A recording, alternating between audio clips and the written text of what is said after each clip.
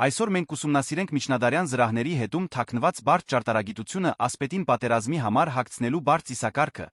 Նախքան տեսանյութը շարունակելը, հիշեք բաժանորդագրվել ալիքին սրա նման ավելի շատ վավերագրական պատմությունների համար։ Ռազմիկի ճանապարհը դեպի մարտի դաշտ չի սկսվում սրերի շաչյունից կամ վեհաշուկ մարտական նժույգների դոփյունից, այլ սկսվում է զրահագործ վարպետի դարբնոցի խոհուն լռության խեղդող տապի մեջ, որտեղ պաշտպանության բուն էությունը սկսում է ձևավորվել։ Յուրաքանչյուր պողպատե թիթեղ, որը կազմում է ամբողջական միջնադարյան հանդերձանքը ու ծնվում է որպես կոպիտ, մուծ անկատար մագերես պահանջելով հարյուրավոր ժամերի տաժանագիր աշխատանք, մուրճի մեթոդական հարվածներ, վերահսկվող տաքացում հովացում, մինչում մետաղը վերածվի պաշտպանական ճարտարագիտության իսկական գլուխգործոցի, այդ կոպիտ մետաղական թիթեղից անցումը դեպի պատրաստի զրահի մաս, որը հղկված է մինչ հայելային փայլ հագեցած է կլորացված եզրերով, ճշգրիտ ծխնիներով ու ամուր կաշվե փոկերով, ներկայացնում է մարդկային հնարամտության հաղթանակը նյութի սահմանափակումների նկատմամբ, այն, ինչ մենք տեսնում ենք թանգարաններում կամ պատմական վերակազմություններում, այդ հյուծիչ գործընթացի վերջնական արդյունքն է գործնական բարձր տեխնոլոգիական պաշտպանական կառուցվածք, որը նախագծված է ոչ միայն մահացու հարվածները շեղելու, այլ թույլ տալու համար, որ միջնադարյան զինվորը շարժվի, կռվի գոյատի հնարավոր ամենադաժան միջավայրերում, այնուամենայնիվ, ամբողջական զրահը մեկ միասնական մարմին չէ, այլ անհավանական բարդ եռաչափ փազլ բաղկացած տասնյակ առանձին մասերից, որոնք պետք է փոխազդեն կատարյալ մաթեմատիկական անատոմիական ներդաշնակությամբ, ճշմարտապես հասկանալու համար, թե ինչպես են այդ պողպատե թիթեղները միավորվում մարդու մարմնի շուրջ անարիք ամրոց ստեղծելու համար անհրաժեշտ է սուզվել ասպետին զինելու մտերիմ աստիճանական գործընթացի մեջ մի ծիսակարգ, որը բացահայտում է, որ զրահի իրական ուժը թաքնված է ինչպես մաշկին դիպչող անտեսանելի շերտերում, այնպես էլ արի լույսն անդրադարձնող պողպատի մեջ։ Նախապատրաստման գործընթացը սկսվում է մետաղի առաջին գտորը բարձրացնելուց շատ առաջ, ցանկացած որակյալ միջնադարյան հանդերձանքի հիմքը պատրաստված է ոչ թե երկաթից, այլ գործվածքից, քրտինքից ֆիզիոլոգիական հարմարվողականությունից։ Ասպետն սկզբում հագնում է իր միջնադարյան ներքնազգեստը, որը բաղկացած է ոտքերը ծածկող գիպ գուլպաներից մի հիմնարար մասից, որը հայտնի է որպես դելտ ջջմոպտումբ կամ յուզефչվի ջջմոպտումբ, զրահի տագից հագնվող բաճկոն։ Այս դելտն պարզ քաղաքացիական հագուստ չէ, այլ բարձր մասնագիտացված մարտավարական սարքավորում, որը կարված է չափսերով կոնկրետ այդ ռազմիկի մարմնի յուրահատուկ ուրվագծերին կատարելապես համապատասխանելու համար։ Ջոզեֆչվի ջջմոպտումբը հաստ է, հաճախ լցոնված վուշի, բրդի կամ մանրաթելային նյութերի շերտերով, որոնք ծառայում են կլանելու այն բութ հարվածների ցնցումը, որոնք անխուսափելիորեն կփոխանցվեն պողպատի կարծրության միջով։ Դելտ ջջմոպտումբի յուրահատուկ կենսական առանձնահատկությունը դրա հարաբերությունն է օգտագործողի մարմնի հետ։ Այն կլանում է արատ քրտինքը, որն առաջանում է տասնյակ կիլոգրամանոց սարքավորումներ կրելու ծայրահեղ ֆիզիկական ջիգից, ինչպես նա շրջակա միջավայրի գեղտը, արշավների փոշին նույնիսկ ձիերի հեղուկները։ Այս բաճկոնը լվանալը սարսափելի ռիսկ է, որին քիչ ասպետներ կհամաձայնեին գնալ, քանի որ ջուրը չորացումը կարող էին կծկել գործվածքը, փոխել դրածը փչացնել դրա վրա հենվող ամբողջ զրահի միլիմետրային ճշգրտությամբ հարմարեցումը, հետաբար դելտն մնում է չլվածված դառնալով օգտագործումից մգացած մի երկրորդ մաշկ, որը կատարելապես ձևորված է իր տիրոջ անատոմիային համապատասխան, գլխին, նախքան որ է սաղավարտի մասին մտածելը, ռազմիկը դնում է գործվածքից պատրաստված սթրնյուն գլխարկ։ Այս կիպ գլխարկը ծառայում է այն ժամանակներում տարածված երկար մազերը ամուր պահելու դեմքից ու պարանոցից հեռու պահելու համար, հեղյուսներով բգծփ։ Մետաղական ձխնիներով փակման մեխանիզմներով լի միջավայրում սեղմված մազափունջը կարող էր սուր ցավ մահացու շեղում պատճառել, շթրնյուն հանդես է գալիս որպես փափուկ պատնեշ գլխամաշկի սաղավարտի ներքին շերտի միջ։ Տեքստիլ հիմքը դնելուց հետո բուն զրահը հագնելու գործողությունը սկսում է ձևորվել հետելով խիստ տրամաբանական վերընթաց կարգի, զինվել ոտքերից դեպի վեր, առաջին մասերը, որոնք պետք է հագնել, նրանք են, որոնք ծածկում են ստորին վերջույթները սկսելով պատիճավորման մի գործընթաց, որը մարդուն կվերածի մարտական մեքենայի, ստորին ոտքերը պաշտպանող մասերը, որոնք հայտնի են որպես դպչոմով սրունքապաններ, ներկայացնում են զրահագործի համար ամենամեծ տեխնիկական մարտահրավերներից մեկը ռազմիկի համար պաշտպանության։ Ամենակարևոր տարրերից մեկը, մարդու ոտքի անատոմիան, հատկապես սրունքը, ունի բարդ կոնաց, որը պահանջում է, որ մետաղը ձևորվի եռաչափ ճշգրտությամբ, փակ դպչոմֆները բաղկացած են երկու հոդակապ թիթեղներից, որոնք ամբողջությամբ շրջապատում են ստորին ոտքը ընդգծելով սրունքի մկանները, առաջարկելով լիակատար ծածկույթ մարտի դաշտին բնորոշ վտանգներից։ Այս պաշտպանության անհրաժեշտությունը բացարձակ է անվիճելի, մարտական իրավիճակում, որտեղ նիզակները, կացինները սրերը մշտապես փնտրում են հետագի հեծելազորի։ Խոցելի տեղերը, ստորին ոտքին հասցված հարվածը նշանակում է ոչ միայն ցավ, այլ շարժունակության անհապաղ կորուստ, որին արագորեն հաջորդում է վայր ընկնելը մահը, հետաբար, դպչոմֆների հարմարեցումը պետք է լինի ճշգրիտ, դրանք նախագծված են անհամաչափ ձով տարբերելով ձախ ոտքը աջից, հագցվում են մանրակրկիտ խնամքով, որպեսզի տաբատի կամ գուլպաների գործվածքը չսեղմվի կամ չճմրթվի մետաղի տակ, քանի որ պողպատի ծանրության տակ ցանկացած շարունակական շփում կհանգեցնի բաց վերքերի, բշտիկների, շատ հավանական է մահացու վարակների, չնայած իրենց ամուր տեսքին, բնօրինակ պատմական դպչոմֆները բացահայտում են մի զարմանալի գաղտնիք։ Մետաղը հաջող չափազանց հաստ չէ, զրահագործի նպատակը ոչ թե անտանելի ծանրության անարիք պատ ստեղծելն է, այլ կարծր հարթ մագերես, որը գշեղի հարվածի ուժը թույլ տալով, որ ոտքը պահպանի իր բնական թեթությունը։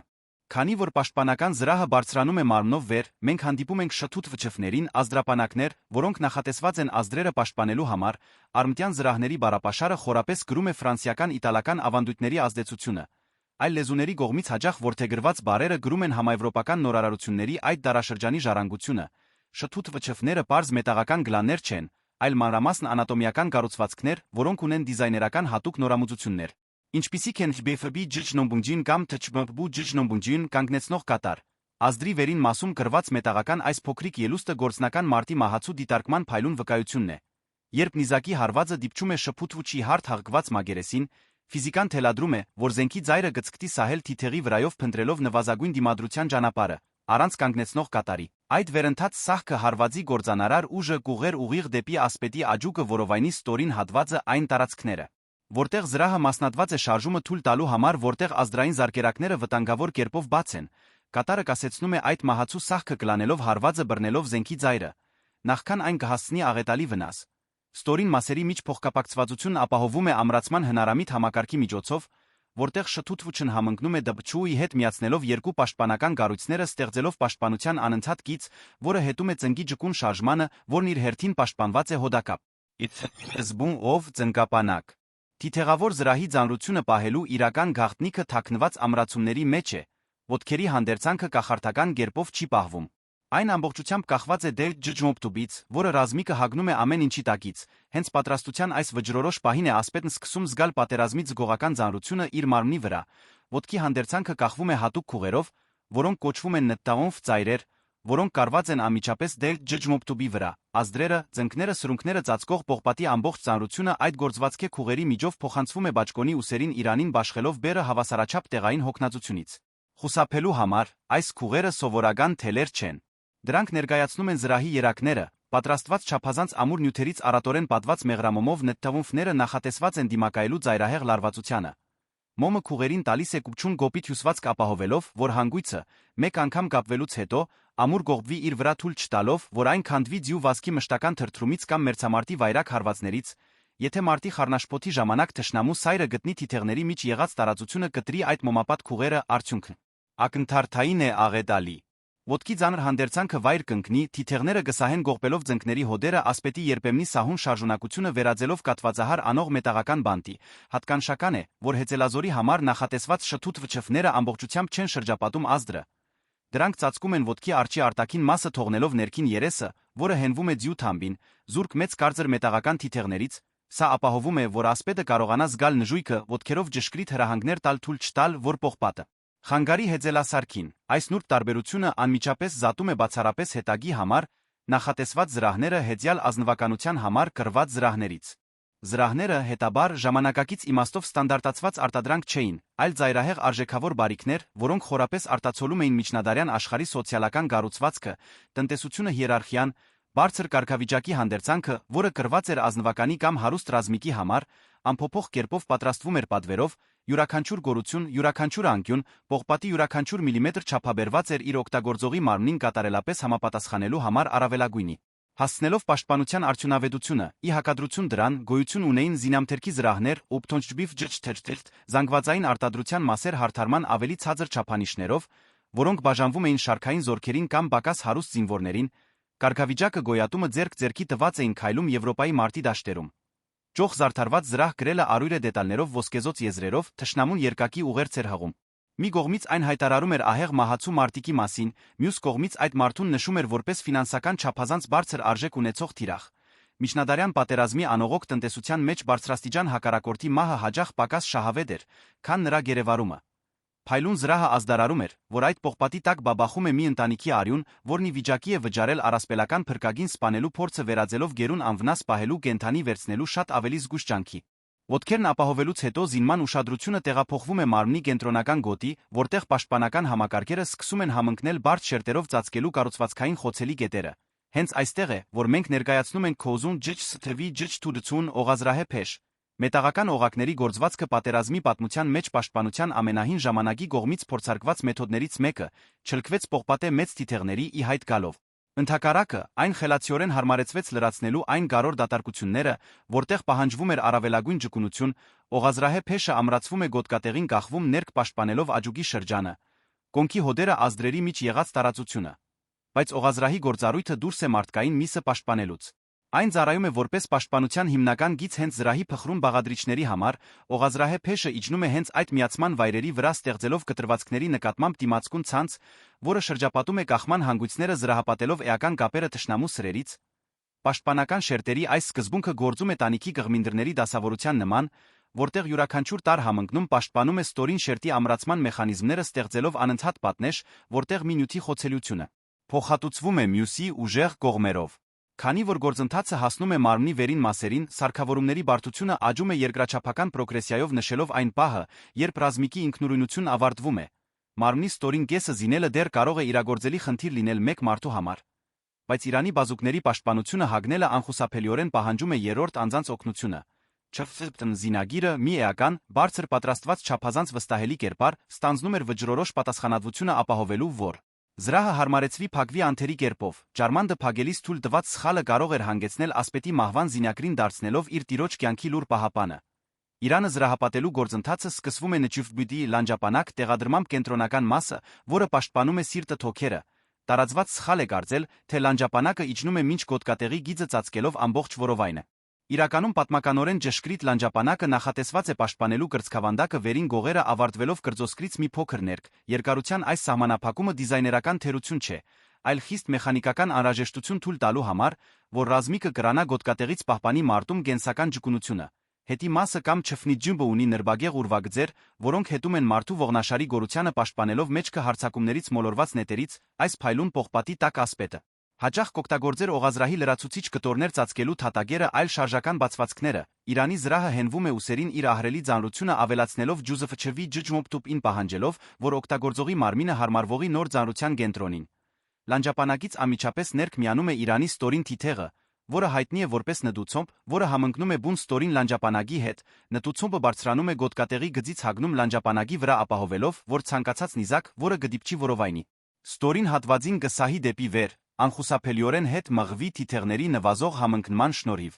Պողպատե այս ծանր գեղները միավորելու համար գործի են դրվում պրագմատիկ հանրամատչելի ներկայացումներում հաճախ անտեսված տեխնիկաներ։ Գրած մետաղն ունի ներքին լարվածություն, իսկ նոր կամ չորացած կաշվե փոկերը կարող է դժվար լինել ձգել միայն մատների ուժով։ Սովորական է հաստ պարանների ժամանակավոր օգտագործումը լանջապանագի չֆնիջուբի շրջագծով, որոնք գործում են որպես պարզունակ լարան, փաթփցրվչ։ Պարանը քաշելով զինագիրը ստիպում է պողպատե թիթեղներին մոտենալ սեղմվել ասպետի մարմնին հանելով ջնշումը կաշվե փոկերի վրայից թույլ տալով, որ ջարմանդները ամրացվեն ճշգրտությամբ հեշտությամբ, երբ դրանք կողվում են պարանը հեռացվում է, զրահը թուլանում է իր օպտիմալ լարվածության վիճակում ամուր նստելով մարմնի գծերի երկայնքով։ Հենց այդ պահին է ռազմիկի կերպարը ենթարկվում դրամատիկ կերպարանափոխության ձեռք բերելով այն վեհաշուկ ծավալը, մարտական գեցվածքը ահարկու ներկայությունը, որոնք բնորոշում էին վերածնդի դարաշրջանի Եվրոպայի մարտի դաշտերը, նտուցուբի ստորին մասից կախված են չֆումփչտումֆները, զրահե փեշիկներ, մասեր, որոնք բաղկացած են բազմաթիվ հորիզոնական թիթեղներից, որոնք ծածկում են ազդրերի արջի մասը վերին աջուկը։ Չֆումփչտումֆները ծառայում են որպես մետաղական լրացուցիչ պատնեշ օղազրահե փեշի վրա, ինչպես զրահի մնացած մասը։ Այս կախովի թիթեղները նրբորեն կարգավորելի են կաշվե փոկերի միջոցով, ինչը թույլ է տալիս դրանք դասավորել ուղղահայաց հետիոտ մարտի համար ապահովելով կարծր ծածկույթ կամ վերադասավորել ավելի լայն գողային բացվածքով ձյու թամբին նստելուն հարմարվելու համար։ Միջուկը պաշտպանելուց հետո ծիսակարգը շարունակվում է դեպի վերին վերջույթները կենտրոնանալով բազուկների բարդ պաշտպանության վրա, ի տարբերություն անշարժ Իրանի, բազուկները պահանջում են շարժունակության արտակարգ աստիճան, քանի որ դրանք հարձակման վերահսկման վեկտորներն են։ Բազուկների հանդերձանքը կազմված է բազմաթիվ խողովակած բաղադրիչներից, որոնք միացված են ծխնիներով, լողացող հեղուսներով ամուր կաշվե շերտերով, որոնք բոլորը կախված են ուսերից, մումծբունտֆների, նախաբազկապանակներ, ստորին խողովակները։ Ծածկում են նախաբազուկները պարփակում դաստակները հետագայում համալրվելով մետաղական երկար հոդակապ ձեռնոցներով թնթնթուֆներով, նախաբազգից վեր գտնվում է շքթիթը արմունկապանակ մասը, որը նախագծված է հատուկ արմունկի կարոր հոդը պաշտպանելու համար,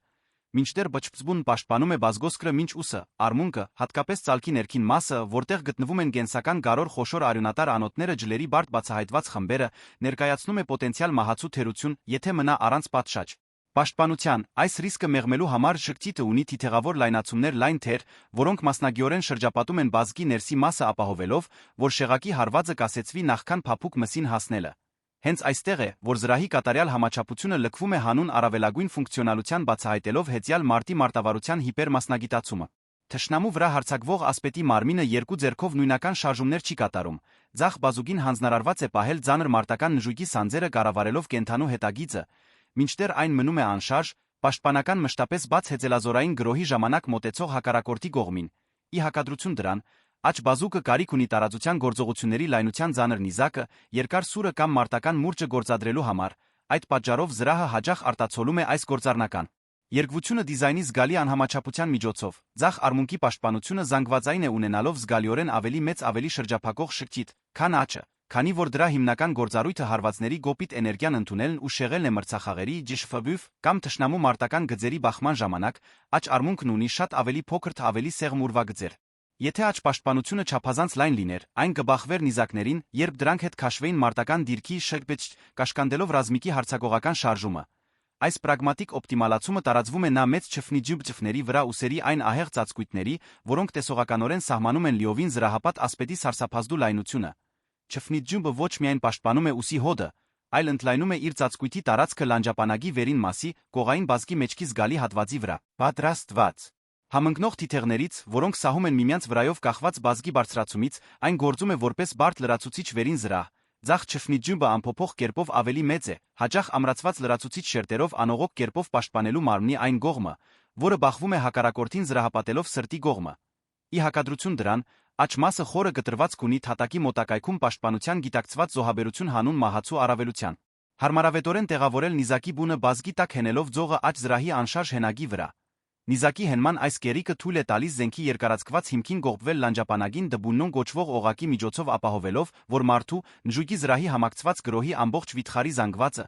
կայծակնային արագությունը անկասելի թափը ուղղվեն մեկ միասնական վեկտորով անմիջապես պողպատե սուր ծայրի միջոցով։ Այս ռազմական կերպարանափոխության նախավերջին անվիճելիորեն ամենակարևոր փուլը ներառում է կյանքի ընկալման էպիգենտրոնի պաշտպանությունը անհատի պարանոցը գլուխը, զրահը, անկախ իր հաստությունից կամ փայլից, անօգուտ է, եթե լծային երակները կամ գանգի հիմքը մնան անպաշտպան հակառակորդի շողշողացող սայրերի առջ, հաճախ անտեսված ժամանակակից հանրաճանաչ մշակույթում,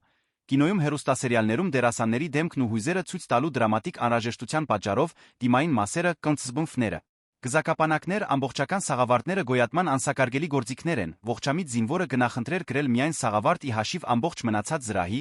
եթե դրվեր նման դաժան ընտրության առջ, քանի որ գանգը միաժամանակ ամենաշատ թիրախավորվող, ամենաարժեքավոր ակնթարթային ոչնչացման նկատմամբ ամենազգայուն գետն է։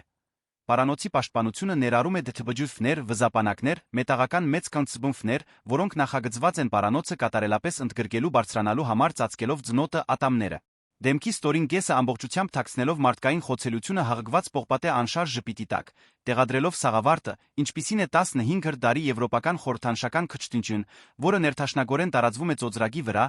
գլուխը դառնում է ամբողջությամբ պարփակված թանձր լռության տագնապալի մեկուսացման գմբեթի մեջ։ Սաղավարտը ամուր հրվում է ներկողպվելով ստորին կոնցբոյի թիթեղներին ապահովելով, որ ոչ մի վերընթաց հարված չկարողանա պատրել խոցելի գոկորտը։ Փակ սաղավարտ գրելու ֆիզիկական հոգեբանական իրականությունը զգայական գրեթե բացարձակ զրկանքի կլաուստրոֆոբիկ ապակողմնորոշման փորձառություն է։ Մարտական դիրքում իջեցված ծանր դիմակալով, ոչ չզբուն, կենսական օդի ներհոսքը սահմանափակվում է ստիպելով ասպետին շնչել հասպար տակ թթվածին, որն արձագանքում է սահմանափակ տարածության մեջ, լսողությունը սարսափելիորեն խլանում է։ Մարտի խուլ աղմուկը, մարդկային ջիչերը, սմբակների ջախջախիչ դոփյունը, հրամանատարական շեփորները, երկաթի անդադար զնգոցը երկաթի վրա ականջներին։ Են հասնում աղավաղված ձով քաոսային կերպով արձագանքելով պողպատե գոքավոր պատերին, տեսադաշտը ցանկացած մարտիկի ամենակարևոր վերլուծական գործիքը, կտրուկ կրճատվում է մինչ ընդամենը մի քանի միլիմետր լայնությամբ նեղ կլաուստրոֆոբիկ ճեղքի, ինչը ստիպում է անհատին գուրորեն վստահել հյուծիչ մարզումներին, մաքուր բնազդներին իր ձյու ուղղորդմանը։ Զգայական այս խիստ սահմանափակումը ծնեց տարբեր ռազմավարական մոտեցումներ կախված եվրոպական ազգերի տարածաշրջանային մարտավարական համատեքստից, մայրցամաքային շատ բանակներում հերմետիկ փակված դիմակալները պարտադիր էին դիմակայելու արկերի մահացու ամպին ուղիղ դեմքին հասցվող հարվածներին։ Հետաքրքիր է, որ ժամանակաշրջանի պատկերագրական գրառումները տարեգրությունները բացահայտում են, որ անգլիական ուժերը հաճախ հրաժարվում էին դիմակալներից առաջ շարժվելով դեպի սպանդանոց բաց դեմքով սաղավարտներով։